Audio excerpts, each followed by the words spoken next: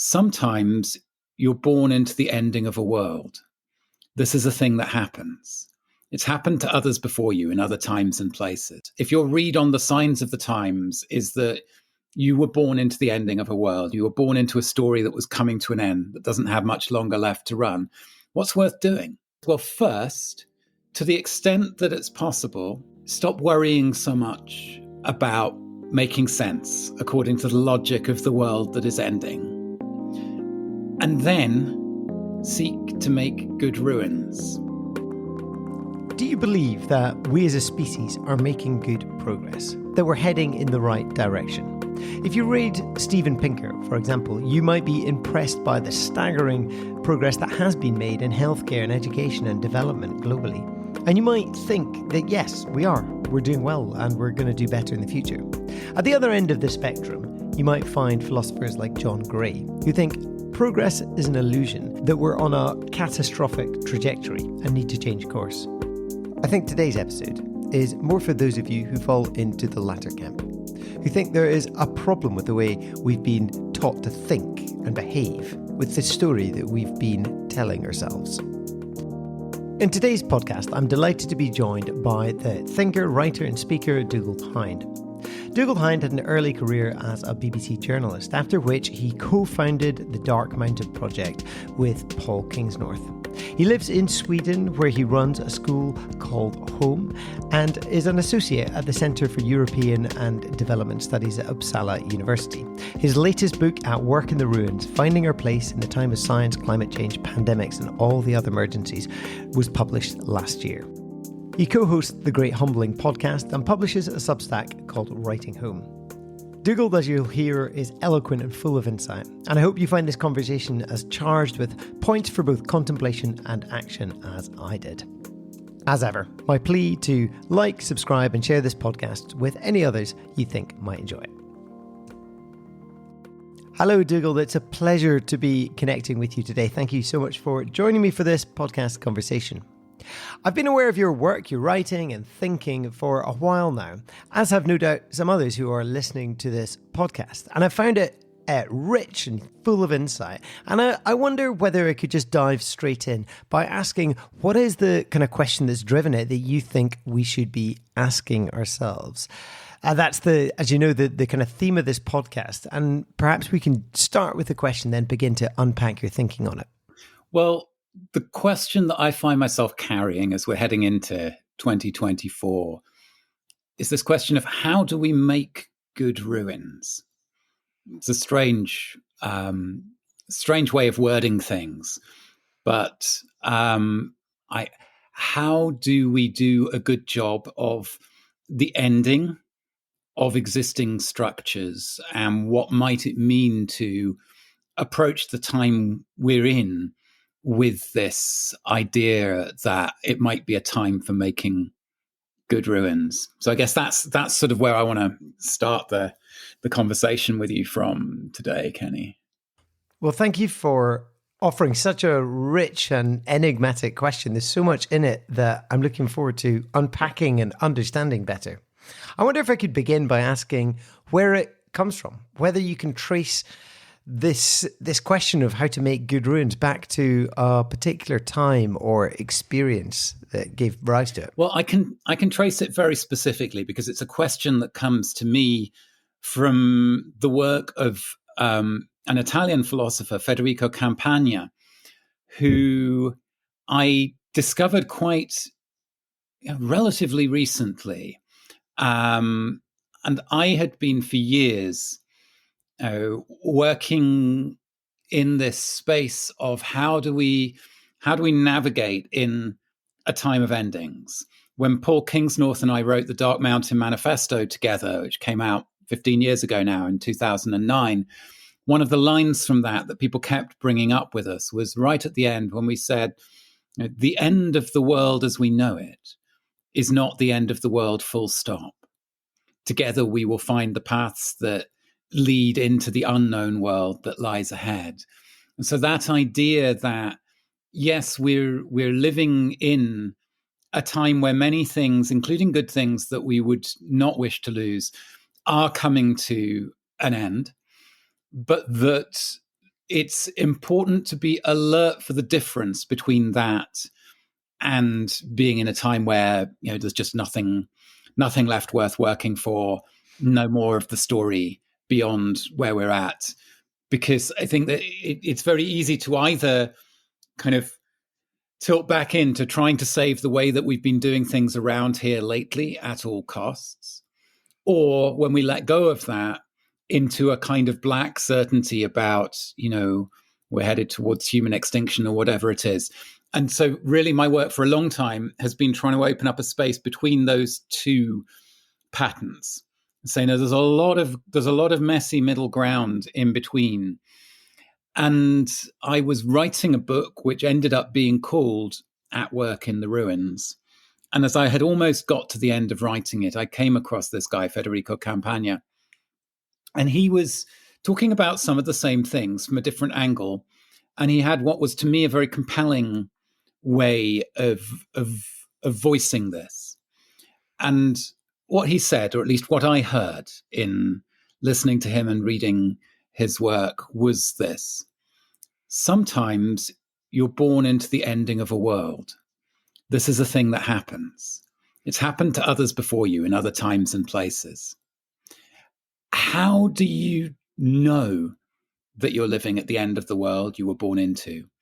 Well, he says, a world is held together by a story. And when you're living at the end of that world, there's not much of that story left. And so when someone stands up and tries to appeal to the future, when you hear politicians trying to project forwards and bright visions that involve an extension from the recent past through the present onwards, it no longer sounds convincing.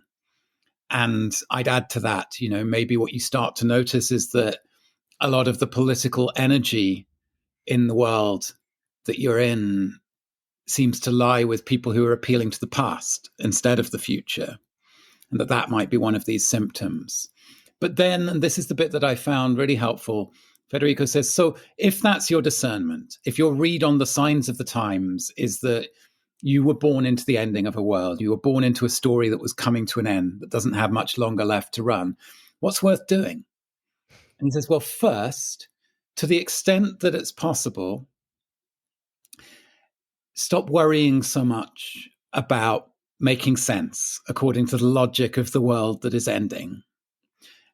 And then seek to make good ruins. And so that's where my question, how do we make good ruins, comes from, because I'd been carrying that and I found it very resonant and a kind of poetic set of images. I'd been speaking about it in all kinds of different places. And then in the last months of 2023, it began to come into focus more sharply for me. And I was like, maybe there's actually a practicality to this. Maybe these enigmatic words have clues that can help us kind of create a new map of where we are and what's worth doing starting from here. So that's why that's a question that's with me now on the threshold of this year. There's an awful lot in what you say about Campagna that resonates, right? I think probably anybody who hears that can recognize it in the times that we're living in.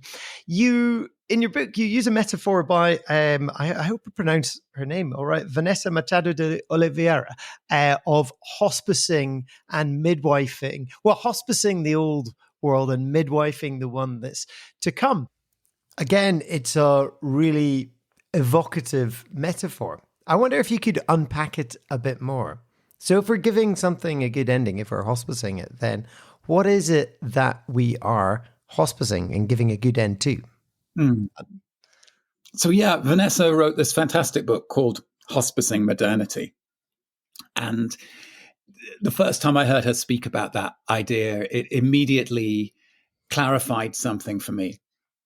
It describes a stance, a way of being with where we find ourselves, where you're not trying to save modernity, you're not trying to kill it, you're not trying to stage a revolution and overthrow it.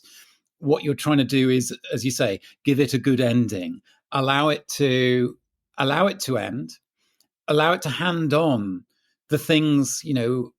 Many of us will have had experiences of endings on a human scale in which there are conversations that were never had that finally get had once the end is in sight. The same might be true of this thing that Vanessa and I talk about as modernity, that in its ending, it might be possible for it to hand on kinds of knowledge that it couldn't admit to itself, while it looked like its promises were secure and its future was open-ended. So what does it mean to talk about modernity? The sense in which I usually explain it is to say modernity was that window within history where for certain people it seemed like our proximity to the future was our defining characteristic, was the best thing and the most important thing about us and our times. And so that starts off as a relatively local thing in certain places, in certain European cities, 200, 300, maybe a bit longer years ago, where this sense of identifying with, we live so close to the future and everyone else will be here soon, is how that then unfolds as modernity becomes a larger and larger story that sort of embraces the world. And you have this kind of promise that history is a single converging line heading towards the promise that things can get better and better. And this part of what makes this so resilient is that you can tell the same story in different keys. You can tell it to people who are feeling good and prosperous and comfortable, and it can be a gentle story of, progressive reformist improvement, or you can tell it to people who are laboring under oppression, and it can be a story of revolutionary promise of change. But in all of those different versions, it animated the creation of the kinds of societies that many of us were born into. And by the 20th century, it became a sort of structuring narrative that the whole world was meant to fit into. So the promise of development, as it was unfolded from the 1940s onwards, was that all of the countries in the world, it's a bit like you can line them all up against a wall like kids and measure their heights. And, you can see who's come the furthest, who's got the furthest to go, but the direction of travel is meant to be the same. And so instead of recognizing kind of deep difference and plurality, everything's measured and compared in a way that positions certain societies, certain countries, certain groups of people as the ones who live closest to the future, and therefore everyone else needs to learn from. And one of the things that does is it hides any sense that those of us who appear to be in that position might have something to learn from the people who are marked as less developed on the maps of modernity and development. Now, what began to happen certainly by the 1970s was partly because of the messages coming home from the front lines of ecological and environmental science, partly because of processes going on within the most developed societies. This began to be called into question. The proximity of the future no longer seemed quite so naturally like a vehicle for hopes, a vehicle for uniting around collective projects. The future began to be more of a thing that we were frightened of, or a thing that we want to distract ourselves from. And so that's where you begin to get in academic language this kind of talk about post-modernity and postmodernism. If you look for why did that coalesce and emerge at the moment when it did in the 70s, it's because that was the point where serious doubt seemed to be cast over this kind of projected forward promise of modernity, of the future, of a single direction of converging travel of history and development and progress and so on. And so we're now a long way further down the line. The future hasn't sounded convincing, going back to Campagna's terms, for quite a while now, for more and more people in most of our societies. And you get a response to that which will say, well, we need to try and reboot the future, get it working again. Somebody like Paul Mason has often articulated that pretty powerfully. But my read on things, which is more in line with Campagna and with Vanessa Machado de Oliveira, is that no, it's not a mistake. It's not a trivial thing or a thing that can be fixed. That is why it feels like the future doesn't work anymore. That's actually a true description of the moment we were in, the times we were born into.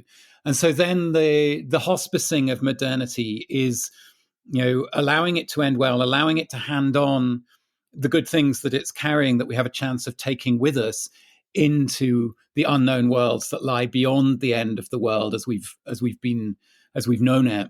And so the midwifing side of it, as Vanessa describes it, is assisting with the birth of something that's the shape of which we don't fully know, that is potentially, but not necessarily, wiser, that is other forms of being human together, that, and this is one of the things I try and underline in my book, that learns a lot from the ways that humans have made life work in other times and places, including the knowledge and practices and experience that are being carried by people who are our contemporaries, but have been marked on their maps of development as if they were living in the past, or as if their ways of life were obsolescent. But to do that without putting all of the responsibility onto them, or projecting onto, whether it's indigenous voices or whoever it is we're listening to, that we're getting into dialogue with real people who are living with the complexities of living now. We're not projecting onto some kind of imagined timeless wisdom, which is one of the tricks of modernity's way of relating to everyone else.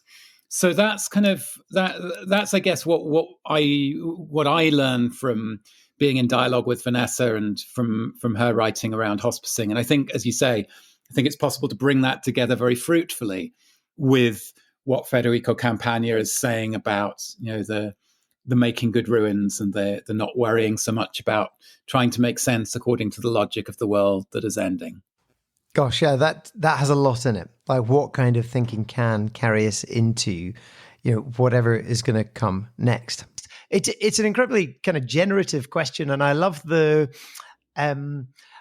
I love the kind of medical metaphor, if you will, like the care and attention that a hospice nurse would have, or indeed a midwife. What you say kind of brings to mind, I haven't thought of this in a long time. Did you ever see Adam Curtis's documentary, The Power of Nightmares? He charted the kind of difference in rhetoric around 9/11 and a bit beyond. It went from promises of a better future, which became harder and harder to hold on to, towards we'll protect you from enemies. We'll kind of try and preserve your way of life. And that shift from promises of a better future to we will kind of leverage your fears to maintain our power. I mean, it makes me think, if I'm not taking this too far, of just the fear of endings, the fear of death, I suppose, in ourselves, that seems like part of Western culture. It's taboo even to kind of talk about it. And do you think, so what's my question, Dougald? It's whether you think fear has a lot to do with a resistance towards hospicing. Yes, I think it's interesting that you mentioned Adam Curtis. I think he is, like, part of the power of his work is that he's somebody who's been navigating in this space of, there being things missing from the maps that we've been given, of there being a need to sort of retell the stories of how we found ourselves here in such a way as to find our bearings. But the fear that you describe, yeah, I mean, Stephen Jenkinson is someone who would speak about modernity as a death-phobic culture. There having been a peculiarly unreconciled relationship with mortality about the ways in which we've been living around here lately.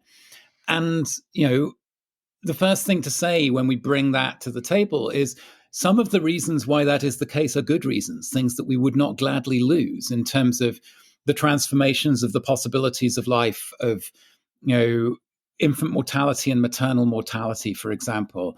There are extraordinary achievements that have transformed what it is like to be a parent holding your young child in recent generations compared to how it was in any other time and place. So that's part of the story of why we have this, paradoxical relationship to, or this kind of relationship of denial to the fact of death. But that's not the whole of the story. There are other less healthy and less helpful parts of how we got here. And one of the stories that I try and weave into this is having having learned a lot from people who have, a foot in both worlds, if you like. Vanessa Machado de Oliveira is an example of this. Scholars and activists who come from indigenous backgrounds and who are therefore able partly to help us see the things that have been taken for granted in the places that have seen themselves as the centers and as closest to the future within the logics and the maps of modernity, to see that there's something very strange about the way that we are raised and sent off into life in these modern societies and this modern kind of culture, that in lots of other times and places it's been taken as axiomatic that children are born but grown-ups are made, and making grown-ups is the work of culture. And you look at the kind of processes of initiation which young people went through on the threshold between childhood and early adulthood in lots of traditional cultures. And one of the recurring features of them is some kind of staged encounter, taken very seriously and often with real risk involved, with the fact of your own mortality. That you have to pass through a situation in which you experience the reality that you are going to die and that could come to you at any time, as part of crossing the threshold into being capable of being a grown-up. And one of the ways that I say this is that, to be a grown-up is to live in awareness of consequences, to live in awareness of the cost of your own living. And the cost of our lives is always death.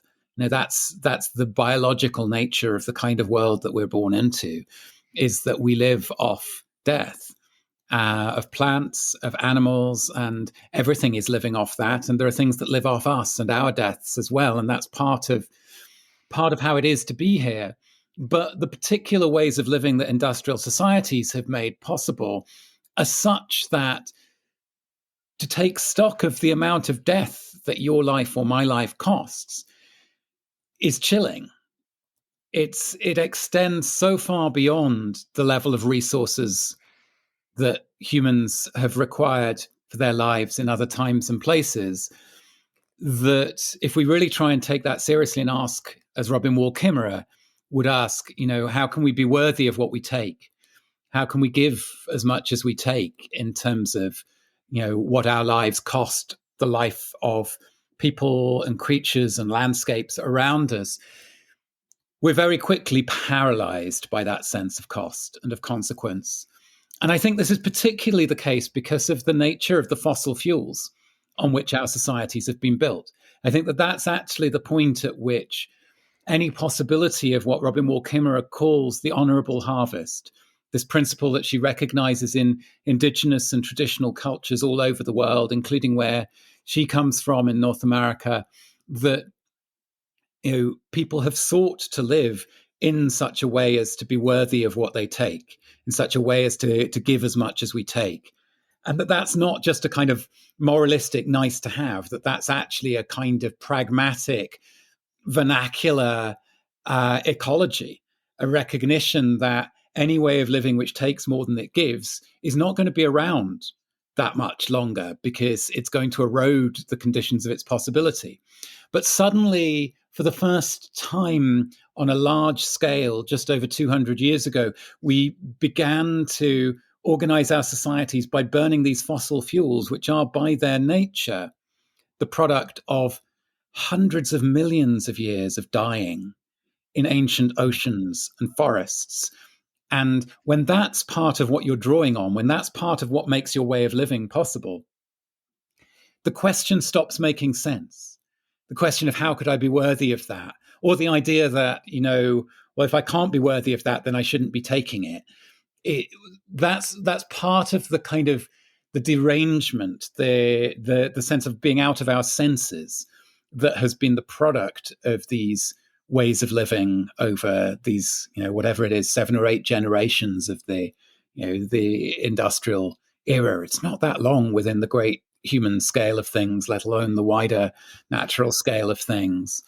And so, this inability to reckon with death seems to be a peculiar product of modernity, with both its shiny side and its shadowed side, both its gifts and its poisons.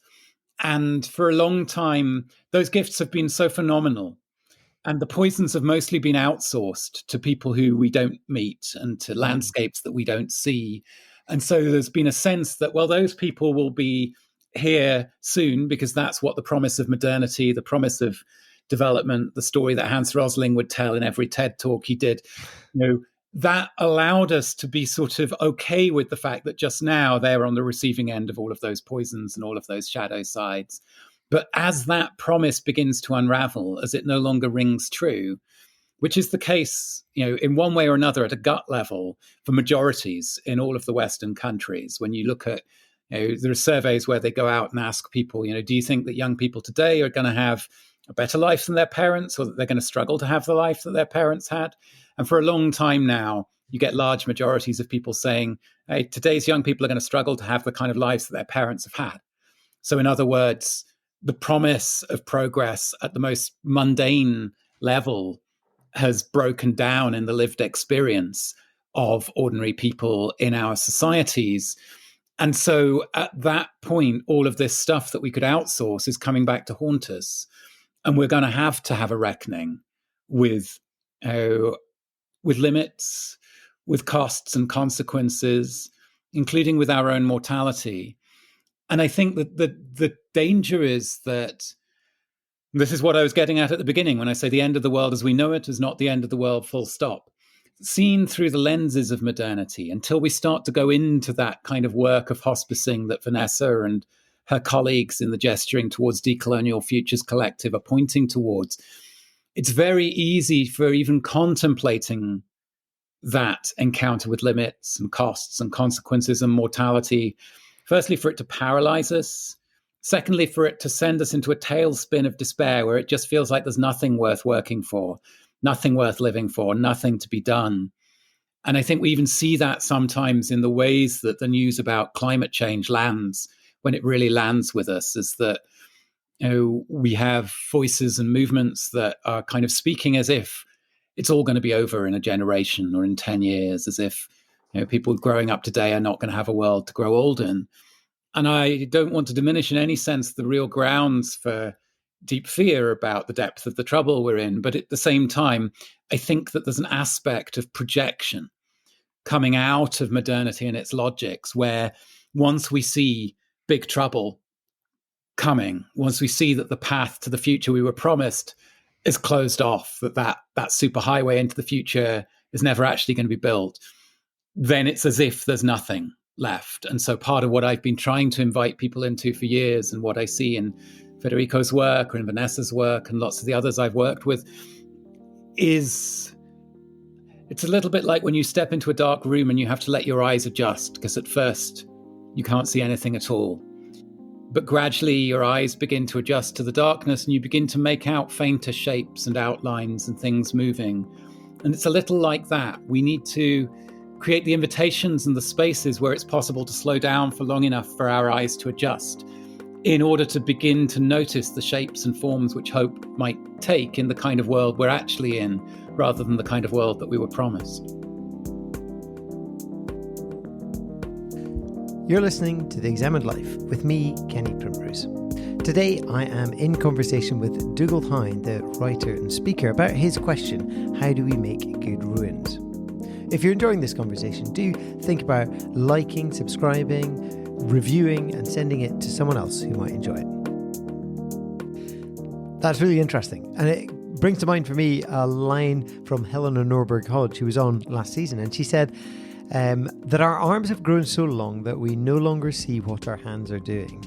And the consequences of that are now kind of literally as well as figuratively washing up on our shores.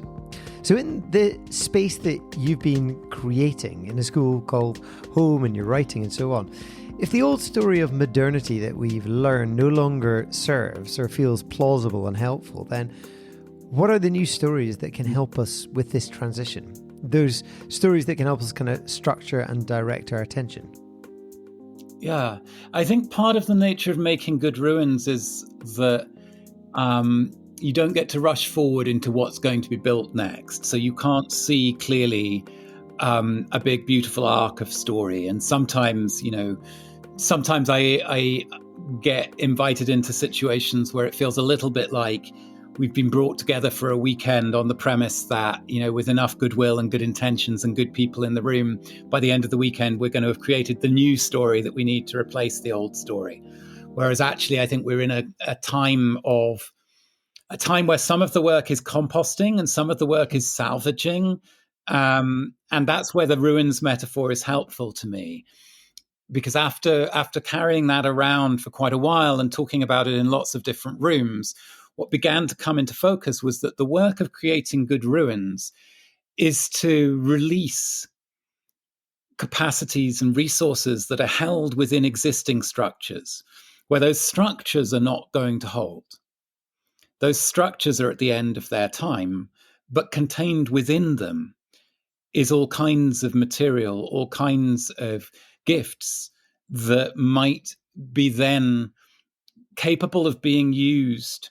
And the way I often say it is, what we're looking for is to release resources from those existing structures to contribute to the conditions of possibility for worlds that we can't imagine yet. So we don't have to be able to draw the arc of the thing that leads into what's on the far side of this time of endings, because we're still in the process. You can't rush the hospicing or rush the midwifing. But what we can do in terms of finding our bearings is firstly that thing of, not worrying so much about needing to make sense according to the logic of those existing systems.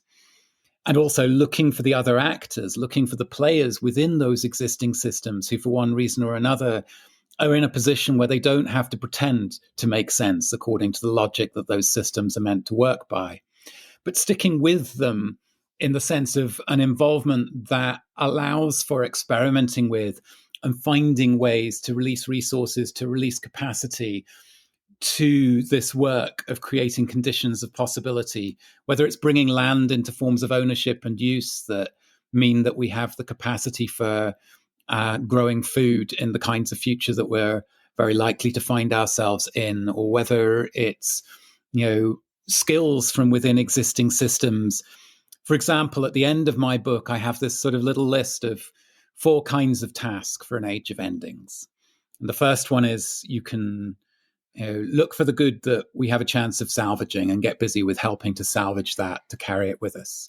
The second one is the work of mourning, noticing the good things that we're not in a position to take with us and mourning those, but part of the work of mourning being to tell stories, because those stories can come with us and they may turn out to be seeds in presently unimaginable futures. Then the third one is the work of noticing the things that were never as good as we told each other they were, about the ways we've been living and the ways we've been organizing life around here lately, and the chance we're being given to walk away from some of those. And then the fourth one is to look for the dropped threads from earlier in the story, the things that have been marked as old-fashioned, obsolete, inefficient, that might actually turn out to be what still works, what makes all the difference in hard times around and ahead of us. And so I made that sort of back of an envelope map of those 4 types of work after lots of conversations in lots of different rooms. And when the book came out, it was reviewed in the British Medical Journal by Richard Smith, who's the former editor of the BMJ. And he, looking back after over what must be half a century in the heart of, the fields of medicine and medical research, he took that list and he went through his professional field and came up with his suggestions of, well, what are the things that we can salvage and have a chance of bringing with us? What are the good things that we're going to have to let go of? What are the things that were never as good as we told each other they were? And where are the dropped threads, the things that we cropped out of the picture, but that we might actually need to weave back in order to carry the work of health and of creating possibilities for healing and living well into the kinds of futures it looks like we're headed into. And that was an extraordinary thing for me to see that someone was able to take this tool that I developed from one set of conversations into a field that I have no background in and apply it in a way that makes it possible to start difficult conversations and stay with them. So then, the making good ruins from where Richard Smith is starting from, well, maybe it looks like, asking what barefoot doctors for the 21st century looks like what the set of skills that both trained professionals and lay people could be equipped with that could mean that as much as possible of the good that's come out of the achievements of recent generations could be held at community level in places all around the world in whatever scenarios we find ourselves heading into. So you begin to get a map there of what making good ruins might look like. And I'm really curious about both finding the places within existing systems where people are at that point of wanting to contribute to the making of good ruins instead of pretending that things that used to make sense still make sense, and then working out where else belongs on this map of the kinds of work of making good ruins. I can entirely imagine, because I would have been one of these people who, when you come to speak for the weekend and say, we're making good ruins, I want to know what they look like. I want to know exactly what to imagine. I'm impatient for it. But as you say, that work is the deep listening that happens in the darkness, where you're beginning to trace the shapes of what scene is going to emerge. The word that comes to mind is, that the Greek word kairos for time, as in you've got chronos, chronological time, but kairos, it's like a scene change on stage, and you don't quite know what's about to emerge. And I suppose, you've been engaging with various guides, prophets, threads from what's come before that you'd like to take forward. And I'm interested because I'm pretty sure you're engaged in this question.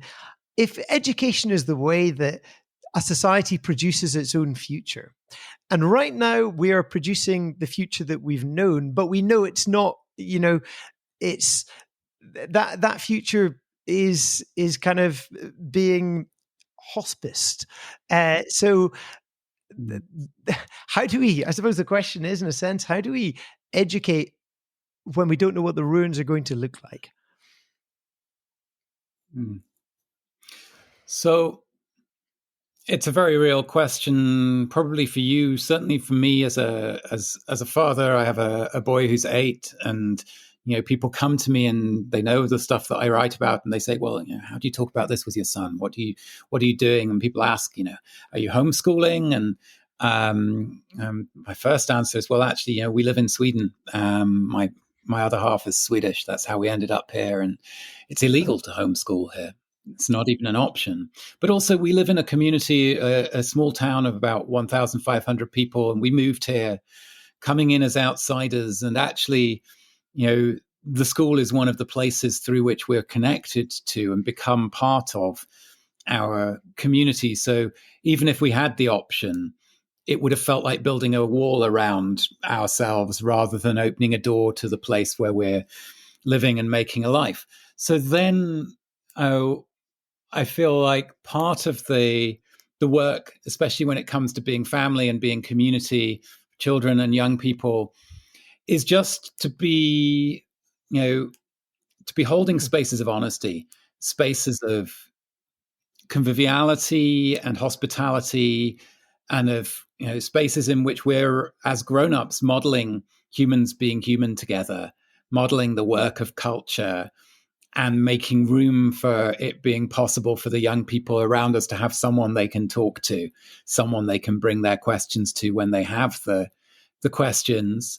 And obviously there's, part of that modeling is modeling the practical skills of getting involved with land, getting involved with place, getting involved with food, the humble everyday stuff that has always been at the center of human cultures, and that we've often been able to outsource around here lately, but that we're finding our way back to needing to learn and equip ourselves with the skills for. But also, the journey of ways of being, there's a journey of ways of learning that has to involve a kind of confrontation with our own foolishness, our own lack of skill, the extent to which, having been born into times and places that were for a while subsidized on these great upwellings of oil and colonialism and the other factors that made it possible to live with an obliviousness to our consequences, that means that the stuff that we've got to adult age not having learned, that any 8-year-old in other times and places would have had to have learned. There's a story that's told by the Irish philosopher John Moriarty, who grew up in the early 20th century in rural Ireland. And he says, in the world that I grew up in, if one morning we'd woken up and found that everyone over the age of 14 was gone, those of us who were left could have run things. We could have run the farms and the villages, because that was how much you had to learn in your childhood. And almost all of us looked to the lenses of the school system and the university system that he then went off into. We looked like we were ignorant and like we knew nothing. And so there is a kind of, especially for those of us who are highly educated according to the logics of modernity, there's a necessary, being thrown on our backs in the mud and the cow shit that is part of what's called for on this journey that we're on, and being, not flinching from that, being willing to let that happen and to laugh at ourselves rather than to be pompous and take ourselves seriously when that does happen in whatever form it takes. That's also part of it. And Vanessa, again, in Hospicing Modernity, talks about how our education systems tend to have been organized around mastery education for mastering things. And she says, well, what we need now is to make more room for depth education. And I'd heard her use that phrase, and I'd used that language with her lots of times. And then it suddenly hit me, well, depth education is an education that moves in the vertical and moves downwards. So it speaks to the same thing as humbling, being humbled, being thrown into the mud and the cow shit. And that's, more and more I see that that's part of what's unavoidable on the path that we're on. Bayo Kamalafe will say, we're coming down to earth. We won't all arrive intact. But then the hope is that we can be broken in such a way as to be broken open, in such a way as to allow what's been carried within us and hidden to come out to play, allow our vulnerability into the rooms that we're in, and allow our foolishness and our ignorance to teach us, to bring us back into relation with those we were taught to regard as, the less developed, the people who live less close to the future, the less progressive, the less progressed, and so on. And I feel like that's all part of the mix now of the invitation that the times are making to us. It seems like in order to hear that invitation, to listen to it, the virtue we most need to cultivate is probably humility, which is also the virtue that I think is most lacking or least encouraged in our culture today. Creating that space in which we can pay close attention, that we can listen with a kind of honest openness. When you use this metaphor of making good ruins, it's very evocative. And, because like you grew up in the UK, presumably like me, going to ruined places for, English heritage or whatever, does it bring to mind any specific site? Like what's your mental picture of making good ruins? Oh, that's a good question. Because when I think about, I grew up in the northeast of England, and then I worked as a radio journalist in South Yorkshire in my 20s. So on the one hand, I think about, the ruins that you'd get taken to as a kid on weekends, the English heritage version of the ruins. But on the other hand, I also think about the industrial and post-industrial ruins of the landscapes where I spent a lot of my childhood and young years.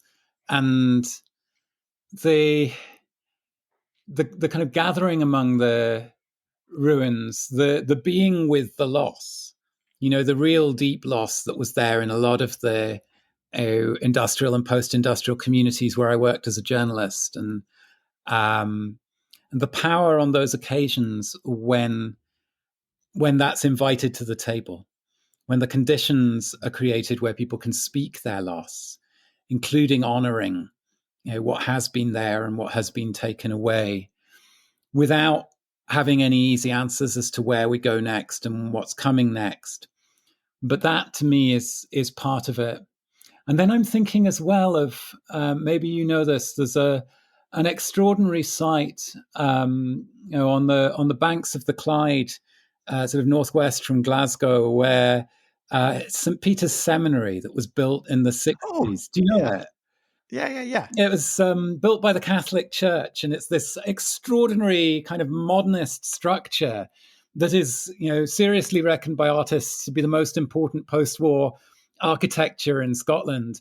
That was, abandoned within 20 years of being built because it had been built for a church that no longer existed, for a trajectory that had been given up on because of all of the changes that were going on within the Catholic Church and within wider society.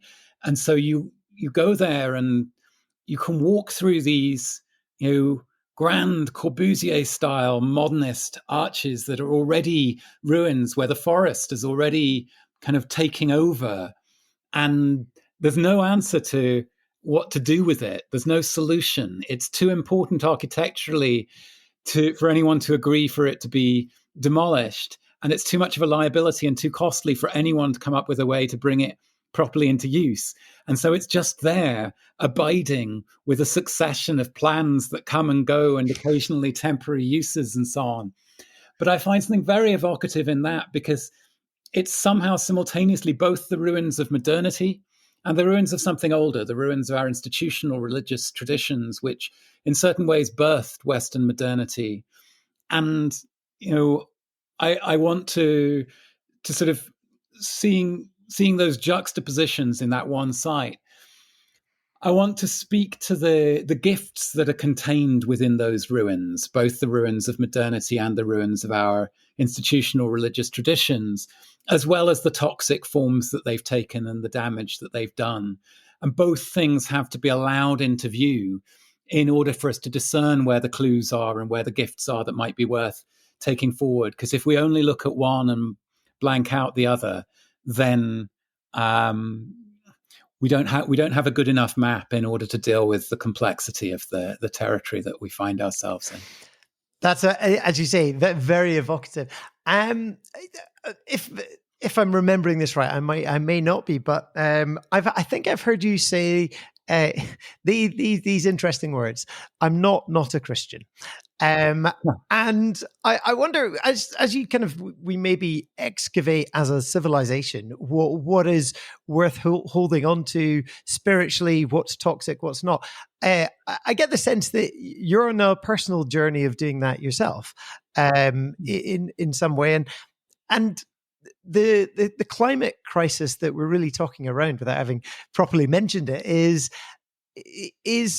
well, Jonathan Rowson and many others would say it's a spiritual crisis, a crisis of the kind of the way we pay attention, and so if it's not to kind of odd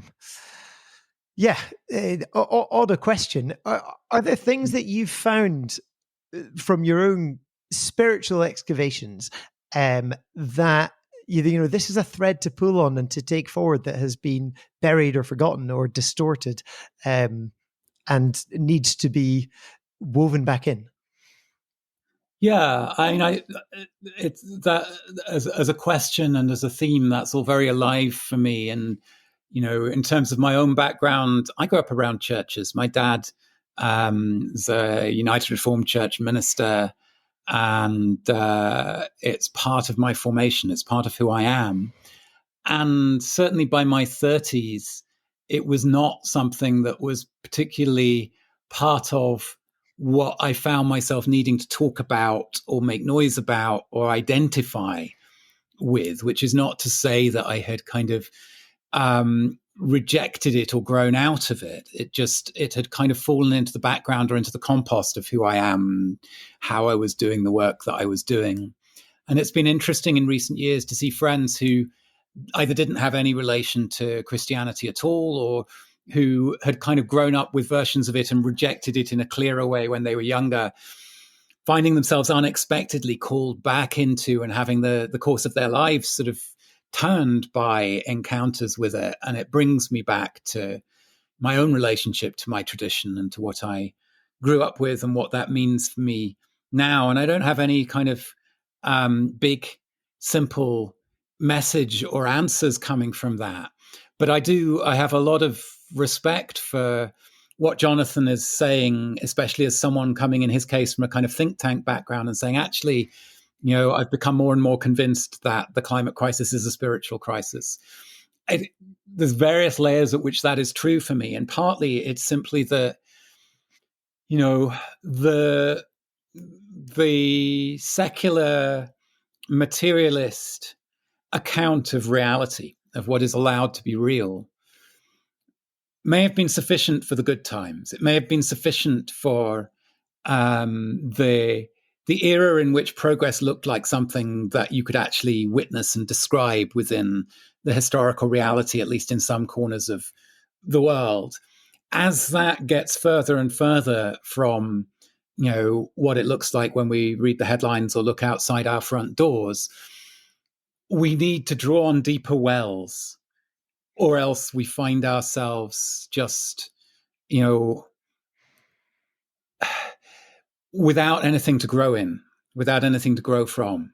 And I see that. I see folks who, come out of traditions that I have a lot of respect for on the left, who are unable to reach back beyond or down under this kind of secular materialist account of what is allowed to be real, and who frankly seem to find themselves ending up kind of spiraling in a sort of despair that is produced by the gap between what the promises of modernity were and where we find ourselves. And I think that it's necessary to look at and to look with maybe a new respect at how people have anchored themselves and found their bearings, oriented themselves and got through hard times all throughout human history, and go, well, maybe we were a bit quick to decide that we'd grown out of that and that was all childish. There's another sense in which, if you're out on a walk in the woods and you realize that, we've definitely gone astray somewhere, to turn back and retrace your steps a bit is not a foolish thing to do. So I think that's part of what's going on, part of why people are coming into a new reckoning with the traditions that maybe for a while we thought we didn't have any time for, didn't see any life left in them. And maybe we needed to get out from under them. Maybe they needed to fall into ruin for a while in order for us to see what was really alive within these traditions and within these lineages.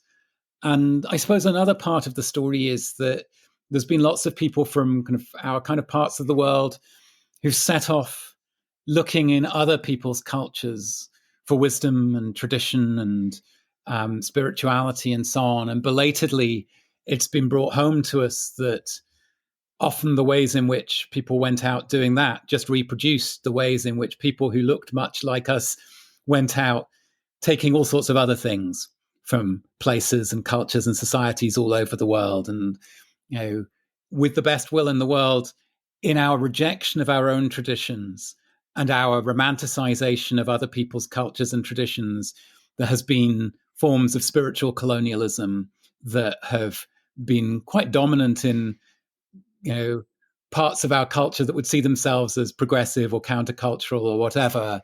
And that's only dawned on many of us relatively recently. And that's also part of where there is a sense of being sent back into dialogue and into relation with our own traditions rather than simply trying to outsource the work of finding a connection to depth to those who we can cast in the role of the other and then go and sit at their feet and learn from them. And, there are shadows and darknesses and ways that this can go wrong as well. There's a difference between retracing your steps because you've realized that the valorization of all that's new and all that's modern and of our proximity to the future is part of the problem, and replacing that romanticization of the future with a romanticization of the past. There's something trickier, something more tricksterish that's called for in terms of how we really tend to the life within what we've inherited. It doesn't look like historical reenactment or going back and sort of simply restoring the walls of old structures. How we make use of the ruins and how we tend to the life within the ruins is a bit stranger than that, I think. That seems like a very wise position to hold, to create this space do the deep listening and the dialogue and see what emerges. In these kind of times of turmoil, where we're inundated with alarming news and distracted a lot, it's hard in a sense to imagine what you term as kind of growing a living culture. And so I wonder if I could just kind of bring this conversation to land on one last question, and that's, where do you see hope these days? Where are the places that kind of lift your spirit? I find a lot of hope in the small examples and initiatives that offer clues for these conditions of possibility for worlds beyond the ending of the world we're born into. I think of a young woman, Ayaka Fuji, who's been part of our community around our school, who's part of a group and a project in Malaysia where they've taken over a palm oil plantation, an incredibly ruined ecology, a place where rainforest has been devastated by extractive agriculture, and they're now bringing it back to life with practices of agroforestry. And I remember hearing her say one day, we've realized that the people are dreaming of being community and the land is dreaming of being forest, and that these are two sides of the same thing. And that's those are the whispers of hope for me. And I come across a lot of them from different corners of the world. And then there is something as well about making room for a strange kind of hope, a strange shape of hope that doesn't look like the forms in which we were taught to look for it. And Ivan Illich, who's a thinker I've learned a huge amount from, he used to say, hope is not expectation. It's not having a set of rights that you're entitled to, or a project that's planned outwards into the future that tells you how we're going to achieve this and that. Hope is a stance. It's a way of being in the world. Hope is remaining open to surprise. That's one of Illich's definitions. Not thinking that you know how the story ends, but staying with the uncertainty, staying with the limits of what you can know, which brings us back to the humility again, and being ready for the stranger who shows up at your door and the possibility that they might be the one who's bringing what's needed next in the story. So you light a candle at the table, you set an extra place at the table, you keep your door open and your heart and your hearth open to the possibility that hospitality, conviviality, practices of homemaking and being human together can spark into life even now, even given all that we lost on the way here and all of the loss that's around and ahead of us. What a lovely sentiment and practical suggestion. Well, Dougald, it's been such a pleasure and a real learning experience. I've loved listening to you talk about what it might mean to make good ruins and what the processes are around discerning that at this current moment. Oh, pleasure. Thank you for listening to this episode of the Examined Life podcast. I'm grateful, of course, to Dougald for his time, his wisdom, and his eloquence, which has given me a huge amount to chew on, and I'm sure it has for you too. I'm also grateful to my brother Colin, who wrote the music you're listening to and got me started on this podcast journey. If you've been enjoying listening to the podcast, then my ask of you is that you might share it with someone. It's a congested marketplace in podcasting, and personal recommendations can go a long way, as do reviews on Apple or wherever you get your podcasts. So if you think you can help this find a larger audience, then that would be much appreciated. I'll be back in a couple of weeks' time for the next episode, when I'll be speaking to Dr. Eve Poole on what AI can teach us about humanity.